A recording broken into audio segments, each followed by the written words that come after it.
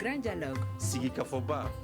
Idewani wa Makara. Le grand dialogue, l'émission des débats du studio Tamani sur votre radio. Chenni Beri. Halud Mauni. Chenni Beri. Sigi Kafoba. Le grand dialogue. S'informer pour comprendre, dialoguer pour s'entendre, c'est le slogan que se donne le studio Tamani, AES, CEDEAO, le retrait désormais consommé, c'est le thème du grand dialogue de ce soir.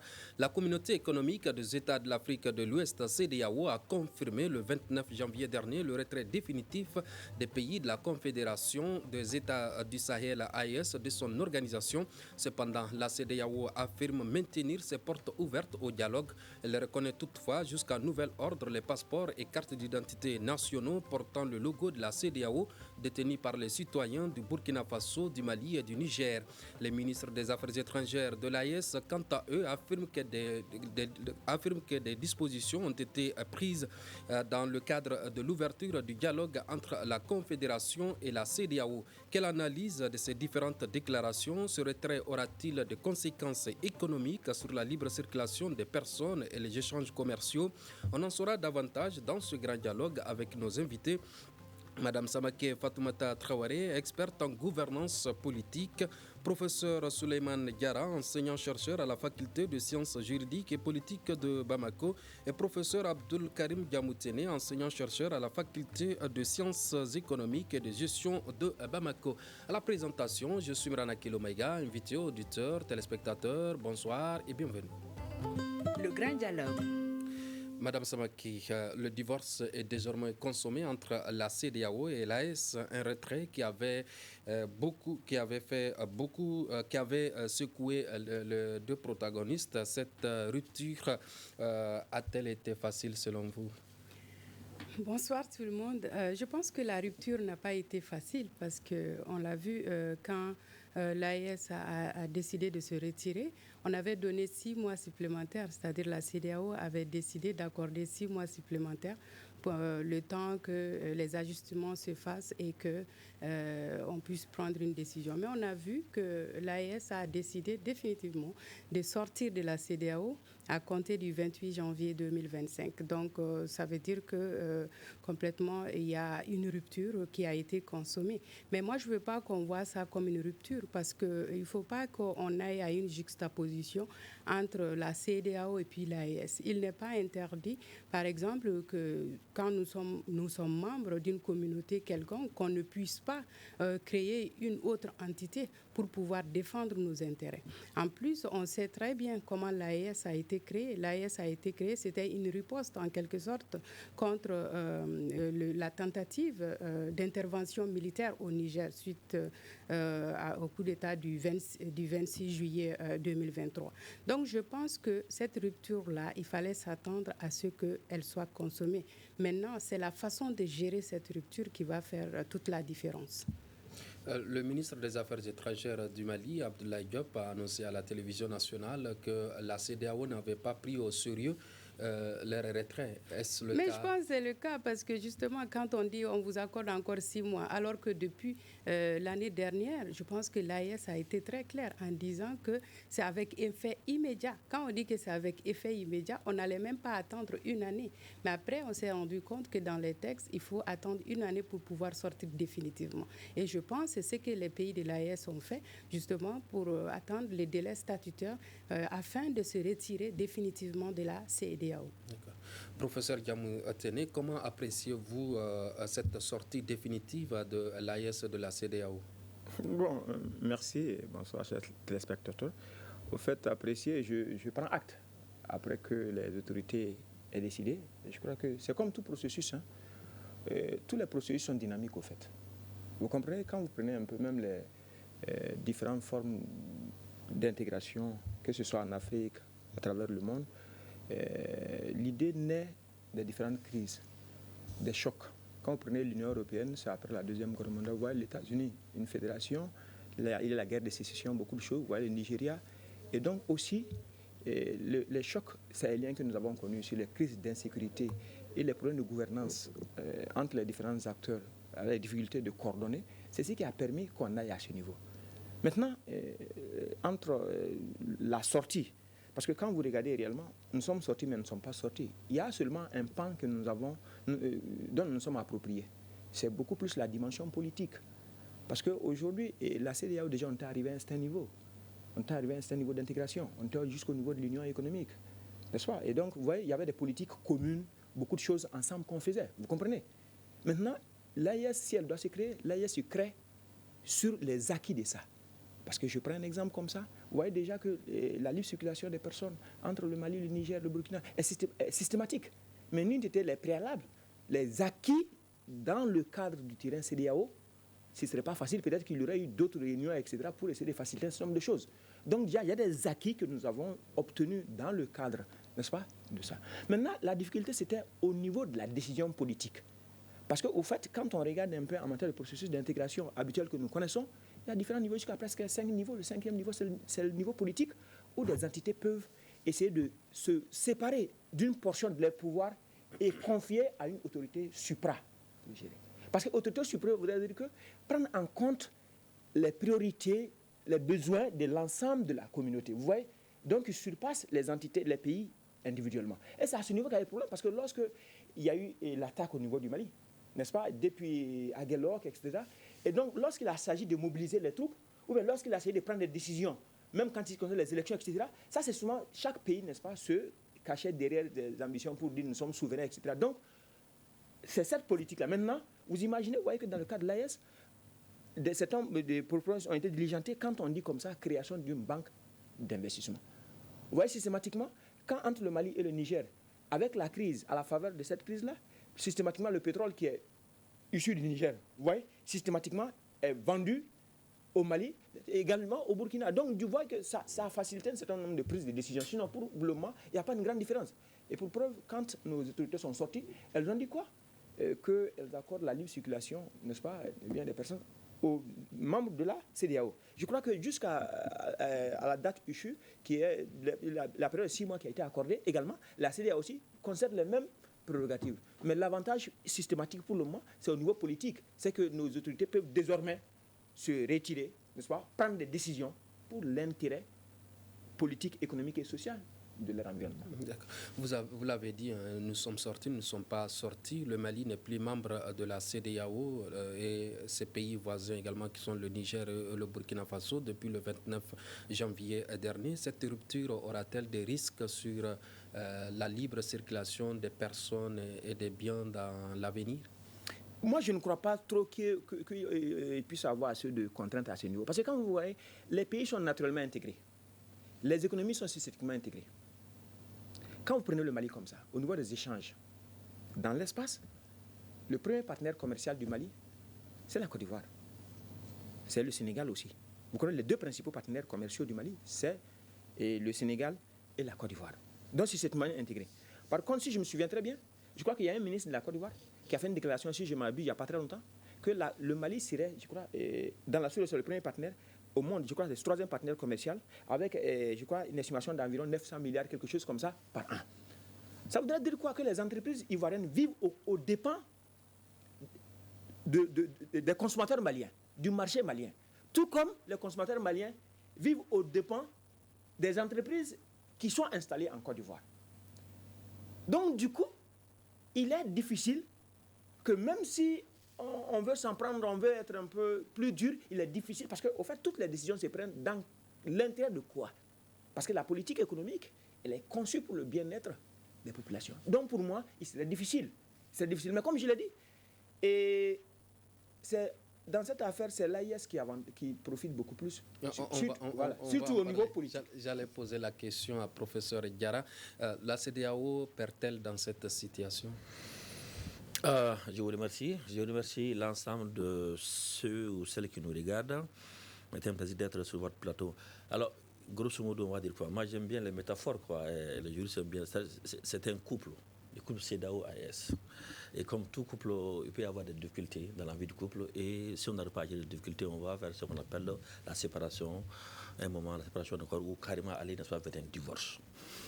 Et maintenant, les raisons du divorce, soit c'était un divorce contentieux, l'un des époux reproche des fautes à l'autre époux, ou les deux époux s'accusent mutuellement, quoi. Ça veut dire ça. Et donc, finalement, on va vers vraiment les divorces, quoi. Ce qui est important dans le divorce, c'est que, une fois que les conditions du divorce sont remplies, il faut maintenant gérer ce qu'on appelle les effets du divorce. Et comme tout couple, je pense que vous avez déjà fait des enfants, 5, 6, 10 maintenant, c'est comme s'il y a quand même des choses qui sont communes, n'est-ce pas, quoi. Donc, par quelle manière, quelle galanterie, je pense que les couples sont assez adultes, doivent s'asseoir pour discuter. Si vous voulez, alors pour faire simple, je pense que pour les coups d'État du Mali et du Niger, les sanctions prises par la CEDEAO pour le Mali, l'embargo totalement contenu, la CEDEAO s'est braquée. Or, on sait dans la diplomatie, il y a ce qu'on appelle des graduations. On fait des échanges diplomatiques, après il y a une première sanction qui tombe, après une seconde sanction jusqu'à la troisième degré, quoi. Mais pour le cas du Mali, on a sorti, n'est-ce pas, le dernier degré quasiment embargo total sur le Mali. On a parlé ici d'embargo illégitime, etc. Ça, je pense que la CEDEAO a un peu péché à ce niveau-là. Deuxièmement, au niveau du Niger, au lieu aussi de mettre en place les voies diplomatiques, hop, ils ont décidé, n'est-ce pas, de faire la guerre, n'est-ce pas, à ce pays-là. Donc, finalement, ce qu'on pourrait appeler, n'est-ce pas, la légitime défense, le Mali et le Niger devraient véritablement se défendre, sinon ça n'était fini pour ce gouvernement-là, quoi. Donc, je pense que, véritablement, il faut reconnaître que sur ce point précis, la CEDEAO s'est très mal prise, quoi. On aurait pu négocier, mettre, n'est-ce pas, les contacts, un peu de pression, mais sortir les dernières armes, et ça a été très compliqué. Et donc, le Mali et le Niger devraient... sortir les dernières armes, le Mali, le Niger, le Burkina Faso, également, on fait sortir les dernières armes, et qu'on est aujourd'hui à la sortie de la CEDEAO. Est-ce à dire que la CEDEAO perd maintenant? La CEDEAO perd. Je vous dis, vous savez, j'aime tout le mariage. Quand il y a divorce, après plusieurs années, quelles que soient les raisons, je pense que les deux époux, chacun perd quelque chose, quoi. Au niveau du Mali, il y a ce qu'on appelle les échanges commerciaux dans l'espace. Ils sont 5, maintenant ils sont 12. Ils sont 12, 3 sont partis. Au niveau des échanges commerciaux, le Mali quand même gagne un peu les droits, la liberté d'établissement. Vous savez, quand vous êtes dans l'espace CEDEAO, les entreprises maliennes ont la liberté de s'établir dans l'ensemble des espaces, n'est-ce pas, de la CEDEAO. Et donc, ça va être compliqué maintenant. Il y avait assez, en dehors de la libre échange des personnes et des biens, il y avait un certain nombre, n'est-ce pas, des droits de douane qui étaient moins élevés entre nous, membres des pays CEDEAO. Maintenant, ceux qui ne sont pas de la CEDEAO, ça veut dire que les droits de douane seront quasiment, n'est-ce pas, plus élevés, quoi. Ça, c'est... Deuxièmement, au niveau des investissements, vous verrez aujourd'hui quel investisseur venir dans l'espace AES investir. Pour lui, c'est un peu incertain. Donc, il préférait un ensemble global où tout s'est harmonisé. Donc, il préférerait aller investir dans un espace CEDEAO plus ou moins sécurisé, où les régimes sont constitutionnels, que de venir... Donc, en termes d'investisseurs, aujourd'hui, je pense que ça ne nous arrange pas. Et même, maintenant, la CEDEAO perd aussi, au niveau de la monnaie unique. Vous vous rappelez, il y a 2 ou 3 ans, la CEDEAO était dans la réflexion pour mettre en place ce qu'on appelle l'éco, la monnaie unique, effectivement. On était 15. Aujourd'hui, le fait que ces 3 pays se retirent là-dedans, ils seront déjà 3, ça affaiblirait probablement la création cette monnaie c'est même un bébé mort-né. C'est un bébé mort-né. Et dernier élément, le fait que l'AES a donné la voie de sortir, ça pourrait tenter d'autres pays, n'est-ce pas, de l'espace CEDEAO de aussi rejoindre ces pays-là, ou au moins de tenter de quitter. Parce qu'en son temps, on n'aurait pas pu imaginer qu'un membre de la CEDEAO puisse dire un jour que je vais partir. Eh bien, l'exemple est donné, le Mali, qui est le meilleur élève à la matière, et a été suivi par des autres pays, je pense qu'il n'est pas exclu que d'autres pays mécontents demain ou après-demain. Donc, la CEDEAO n'est plus une camisole de force. Voilà, les gens peuvent tirer. Mais ce qu'il faut aussi dire, avant de finir, c'est que j'ai oublié aussi, diplomatiquement, nous sommes plus isolés. C'est évident. Quand vous êtes dans un ensemble de 15 et vous êtes dans un ensemble de 3, c'est qu'en termes de diplomatie, vous êtes plus isolés quand vous quittez ces grands espaces-là. Et ça, c'est donc l'un des inconvénients, n'est-ce pas, pour le Mali. Mais attention, on n'est pas plus isolé que ça, parce qu'avant, il faut dire que le Mali reste toujours membre de l'UEMOA. Et l'UEMOA, c'est aussi, n'est-ce pas, les 8 pays. Et l'UEMOA reconnaît les mêmes principes. La libre circulation, n'est-ce pas, des personnes, n'est-ce pas, des biens. Aujourd'hui, il y a un barreau UEMOA, les concours qui s'est fait au Mali le 7 décembre dernier ici. Les éléments de l'UEMOA sont venus faire, n'est-ce pas, les concours ici. Donc, le Mali n'est pas exclusivement isolé. On est dans un autre ensemble qui s'appelle, n'est-ce pas, UEMOA, qui prône les mêmes principes, même si c'est seulement 8. Donc, en somme, pour moi, le Mali a quitté un ensemble de 15 pour venir dans un espace de 8 et aussi dans un espace, n'est-ce pas, de 3 quoi. Donc on n'est pas définitivement isolé comme on a tendance, n'est-ce pas, à nous le faire croire, quoi. Et surtout, on sera plus ardent regardant sur les questions de sécurité. Parce que l'élément majeur en dehors de l'espace CEDEAO, c'est que dans les pays de l'AES, c'est que la question de sécurité, les défis sécuritaires voudraient donc qu'on puisse réunir, n'est-ce pas, les stratégies, les moyens pour pour faire face à la criminalité transfrontalière, la lutte contre la drogue, n'est-ce pas, le terrorisme. Ça, c'est des problèmes qui sont spécifiques à l'espace CEDEAO, à l'espace AES, quoi. C'est important. Madame Samake, qu'est-ce que le pays de l'AES gagne plus dans cette confédération qu'il ne gagne étant dans la CEDEAO? Bon, je pense que ce que les pays de l'AES gagnent en tout premier lieu, c'est d'abord leur souveraineté en tant qu'État, leur souveraineté de décision, leur souveraineté par rapport justement à la gestion de la crise multidimensionnelle qui a assailli ces 3 pays qui ont des défis communs, on l'a dit, le défi du terrorisme, des groupes armés et toute l'insécurité qui enlise la population.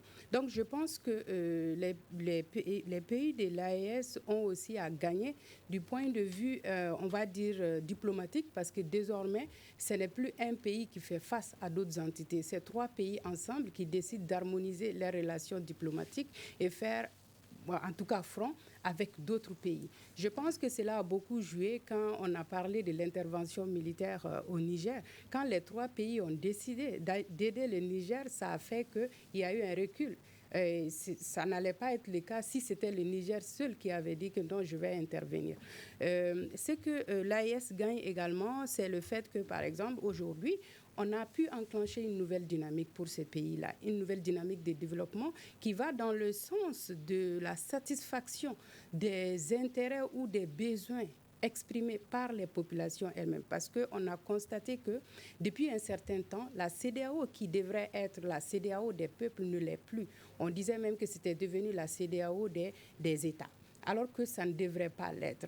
Le traité révisé de la CEDEAO dit clairement que ça devrait être la CEDEAO des peuples. Donc aujourd'hui, le fait de voir que cette CEDEAO s'est en tout cas détournée de sa mission initiale et que en réponse à cela, une entité comme l'AES se crée, ça veut dire déjà que l'AES compte prendre une voie qui prend plus en compte les grandes questions, les grandes problématiques de développement liées à ces pays-là. Bon, il y a d'autres, hein, parce qu'on sent très bien que quand 3 États s'unissent, c'est quand même, quand vous voyez par exemple ces 3 États de la CEDEAO, c'est quand même près de 3 millions de kilomètres carrés en termes de géographie. Bon, ça ne vaut pas ça, mais c'est presque. Alors, c'est beaucoup.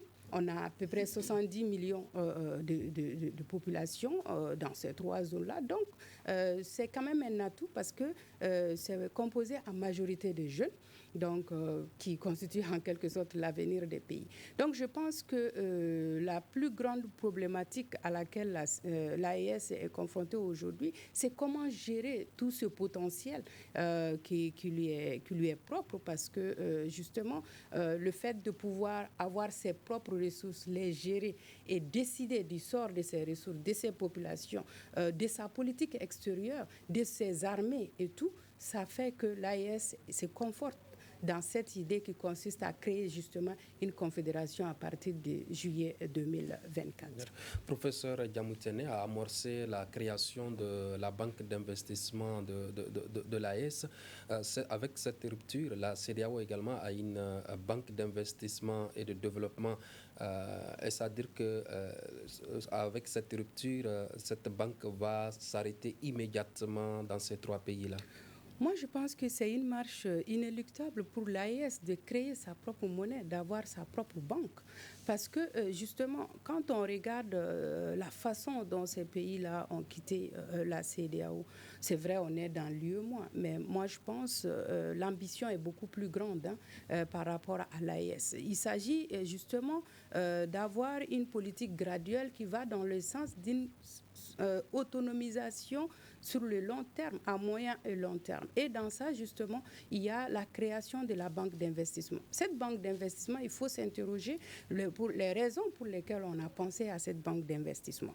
Il faut savoir que, par exemple, pendant longtemps, c'est vrai qu'on a des acquis 50 ans avec la CEDEAO, mais il faut reconnaître quand même que les investissements, on va dire structurels, les investissements qui permettent de booster les économies ont fait défaut dans nos États.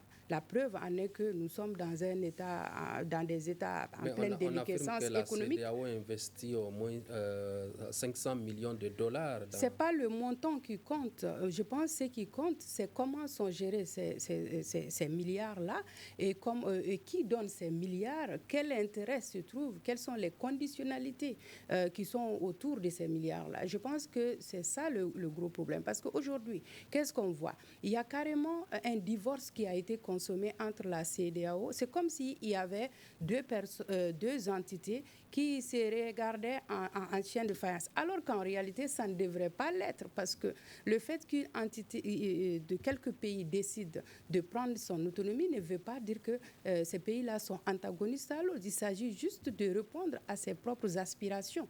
Mais cela n'a pas été compris parce que justement, on a constaté que la CEDEAO était devenue une entité qui était téléguidée de l'extérieur. Et ça fait que justement, le fait qu'il y ait cette embrouille entre la CEDEAO, ça a même détériorer les relations diplomatiques entre l'AES et d'autres pays étrangers qui ne font même pas partie de la CEDEAO. Vous voyez ce que ça veut dire?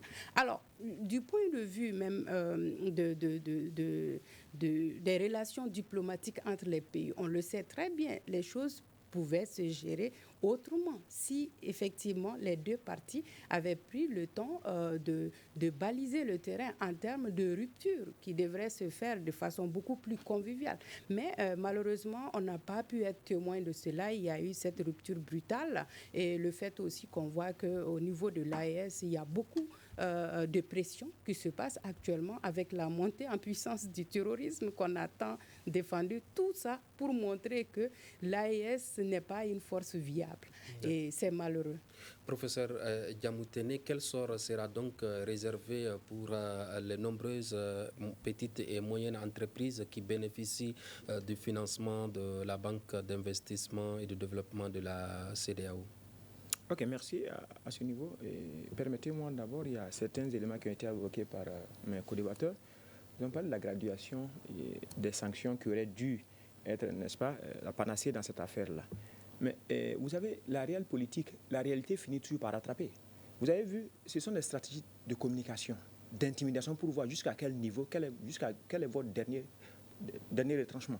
Vous voyez, quand le Nigeria vociférait, le Bénin, tous, mais ils n'ont pas cru, ils ne savaient pas, ils ignoraient quelle était notre capacité de résilience. Mais réellement, derrière, chacun connaît ses intérêts.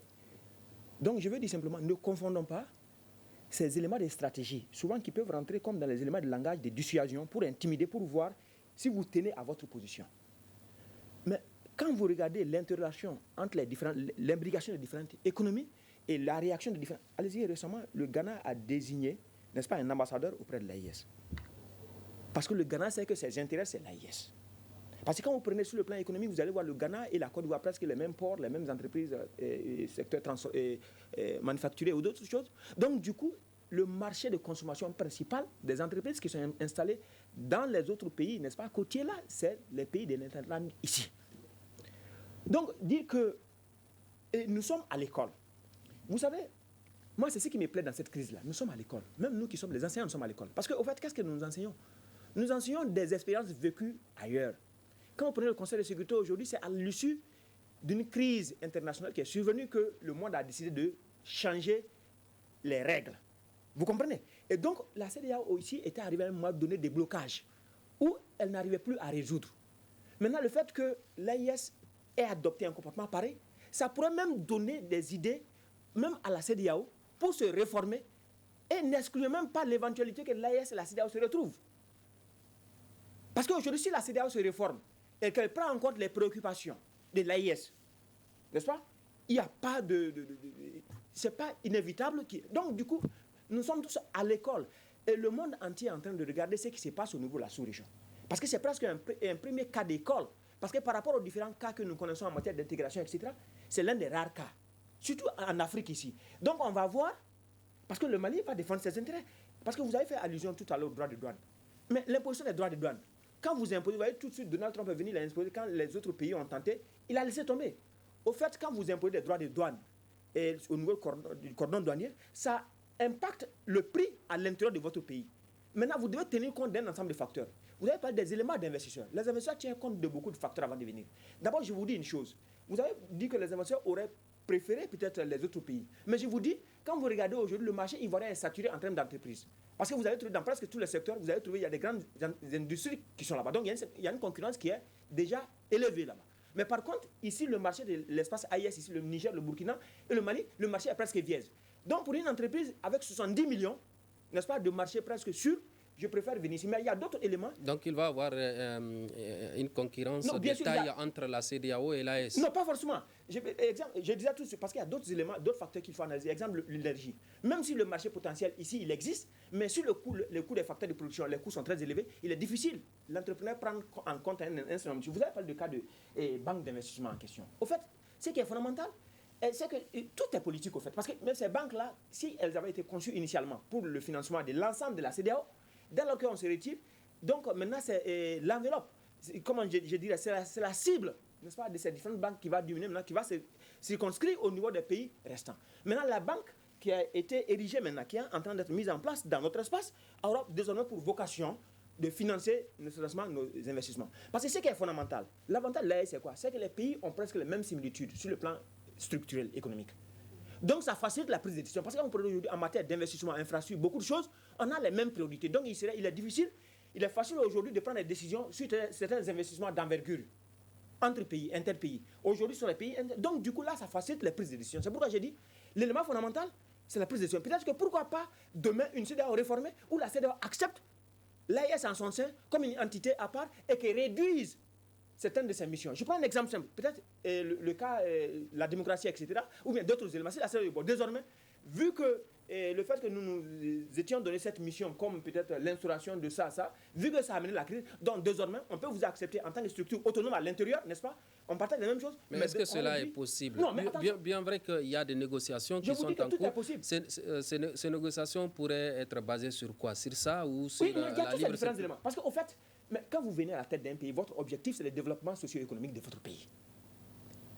Et donc, vous savez où se trouvent les intérêts. Vous pouvez dissocier le Mali, du Sénégal, de la Côte d'Ivoire, de la Guinée. Ce n'est pas possible. Structurellement, ces pays sont naturellement intégrés. Je vous dis une chose, prenez un peu aujourd'hui, allez-y, vous intéressez aux structures des échanges du Mali et du Burkina. Le Burkina, vous ne pouvez pas isoler le Burkina de la Côte d'Ivoire et du Ghana. C'est impossible.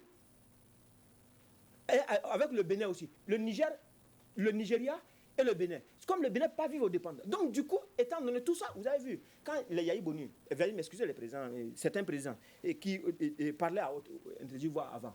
Mais quand la crise a atteint un certain niveau, on a vu que les pays, n'est-ce pas, un moment, vous savez, Yahi Boni, le président Yahi Boni, donc, qu'est-ce qu'ils veulent? C'est qu'ils veulent, donnons-leur. Vous avez tous entendu ça?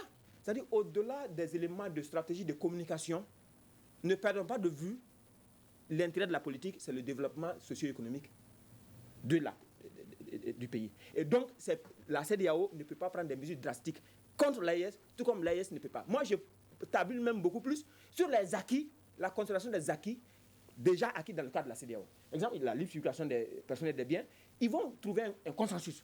Et peut-être même que ça ira au niveau de la politique. D'accord. Juridiquement, sur quoi la CEDEAO et l'AES pourraient s'entendre au cours de ces négociations qui vont être entamées? Mais ils vont s'entendre, n'est-ce pas, sur l'essentiel. C'est les divorces, il faut gérer maintenant les conséquences du divorce.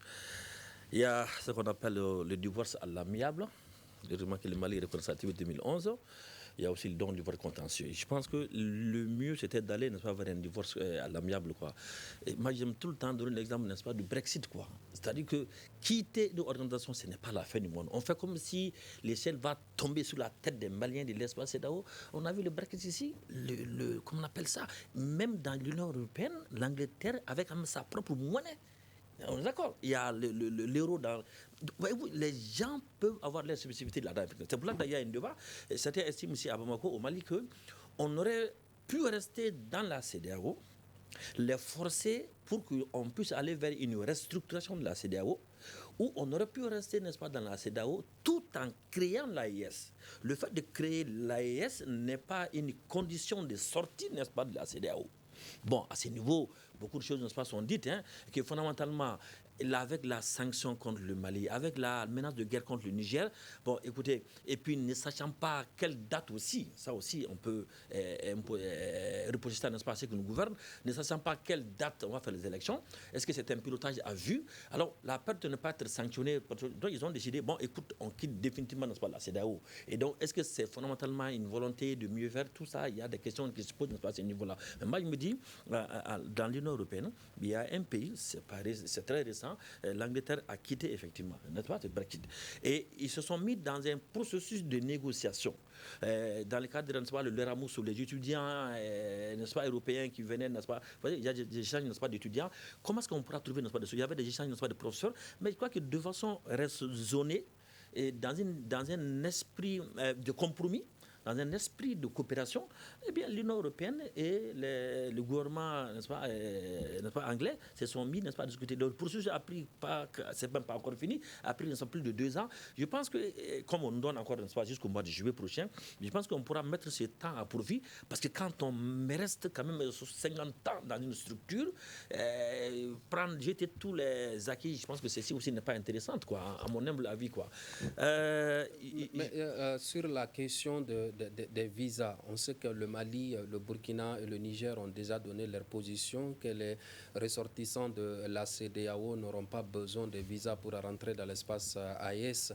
Mais la position de la CEDEAO reste encore méconnue du peuple de l'AES. Au cours de ces négociations, la CEDEAO pourrait-elle instaurer un visa entre les pays de la CEDEAO et l'AES? Je pense que ce sont autant de questions, de points importants sur lesquels, en dehors de toute la passion, en dehors de tout l'énervement, de s'asseoir, parce qu'on gère un pays, pourquoi? Pour l'intérêt, n'est-ce pas, de nos populations. Aujourd'hui, que la CEDEAO décide, n'est-ce pas, aujourd'hui, pour le moment, ils n'ont pas de visa, que jusqu'à nouvel ordre. Ça, c'est la CEDEAO. Ça, c'est ce que la CEDEAO dit, effectivement. Le Mali, là aussi, il y a une transition qui a été mise en place par la CEDEAO jusqu'au mois de juillet 2025. Oui. Parmi les points de négociation, je suis d'accord avec vous qu'on peut aller, n'est-ce pas, avec cette dimension-là. Comment ça va se régler la question, n'est-ce pas, n'est-ce pas, du visa. Nous, on a déjà sorti, n'est-ce pas, un passeport unique déjà. Il a été dit hier ou avant-hier qu'on va aussi vers un passeport unique. Communautaire. Pour les étrangers. Oui, c'est un peu qu'on va numériser tout cela. Mais le plus important, c'est au niveau, je pense, que des échanges commerciaux. C'est-à-dire que c'est parce que nous sommes un pays, comment on dit ça en 6e année, nous sommes un pays continental, effectivement. Alors donc, je pense que nous devons, le processus, c'est les échanges commerciaux. Toutes les marchandises, tous les biens qui rentrent pour l'approvisionnement de notre pays, on n'a pas accès à la mer. Et donc, les pays de la CEDEAO qui ont accès à la mer, je pense que si on doit négocier le premier point majeur, c'est fondamentalement, il faut que la coopération économique, on puisse maintenir effectivement les questions économiques, notamment en termes d'échanges. C'est vraiment les points importants. En matière de sécurité, la question de la vous avez le Niger, non, je crois que le Bénin, c'est Patrice Talon, il y a Iboni à la tête maintenant.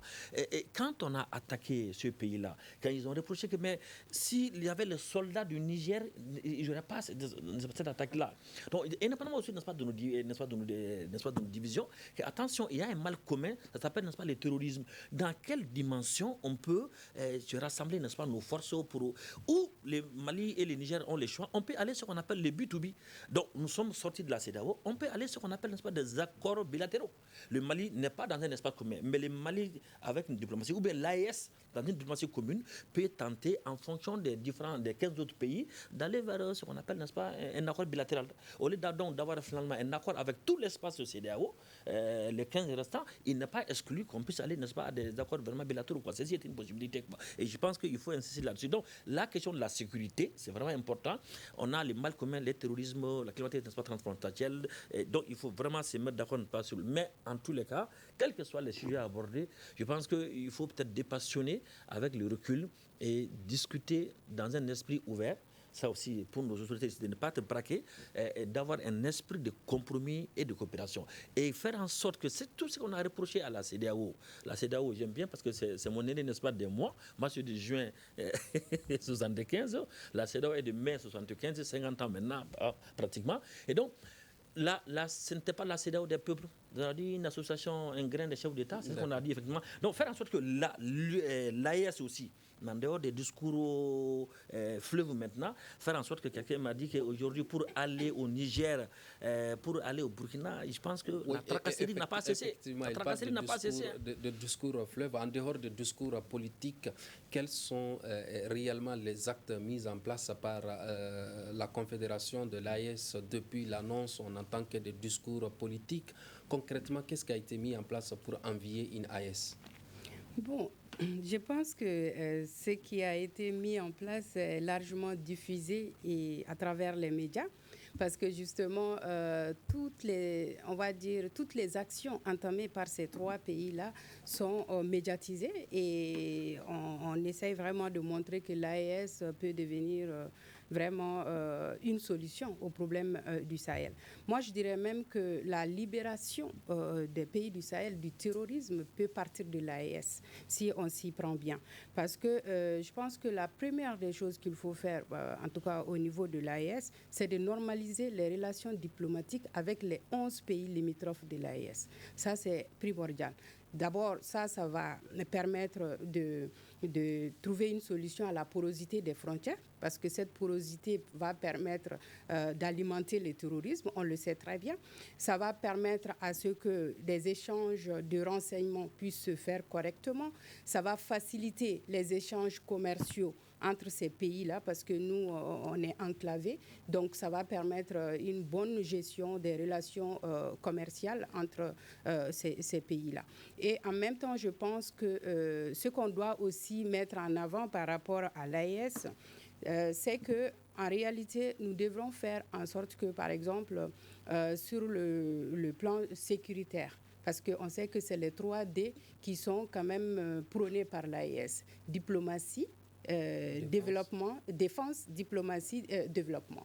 Donc, si c'est vraiment le cas, je pense que le plus important aujourd'hui, c'est de faire en sorte que nous puissions harmoniser nos politiques commerciales, de manière à ce que cet échange-là, à l'intérieur et avec l'extérieur, puisse se faire dans les meilleures conditions. Donc, une autre chose également avec l'AES, en termes d'acquis, on a parlé des passeports diplomatiques, des passeports biométriques, je pense qu'on a parlé de compagnies aériennes, on a aussi pensé même à des compagnies au niveau national.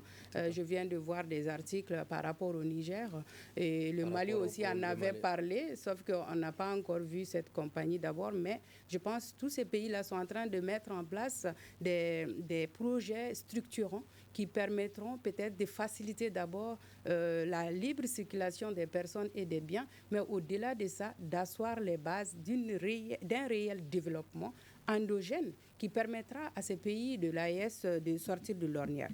Donc, pour ma part, je pense qu'il est important aujourd'hui de créer ce qu'on peut appeler un cadre de collaboration avec ces pays limitrophes et d'autonomiser en quelque sorte la force conjointe de la CEDEAO. Les 5000 hommes-là dont on parle, il faut faire en sorte que, par exemple, qu'on limite le rôle opérationnel des puissances étrangères en termes de formation et en termes d'équipement. Pensez justement dès maintenant à un transfert de compétences. Et puis, l'autre chose que je voudrais aussi parler, c'est de voir en quelque sorte comment on peut créer des partenariats solides avec ces États-là, ces pays qui, en réalité... ces pays de la CEDEAO? Non, les pays limitrophes qui ont des ports, parce qu'en réalité, nous, on doit avoir une politique qui nous permet, par exemple, d'avoir des ports secs.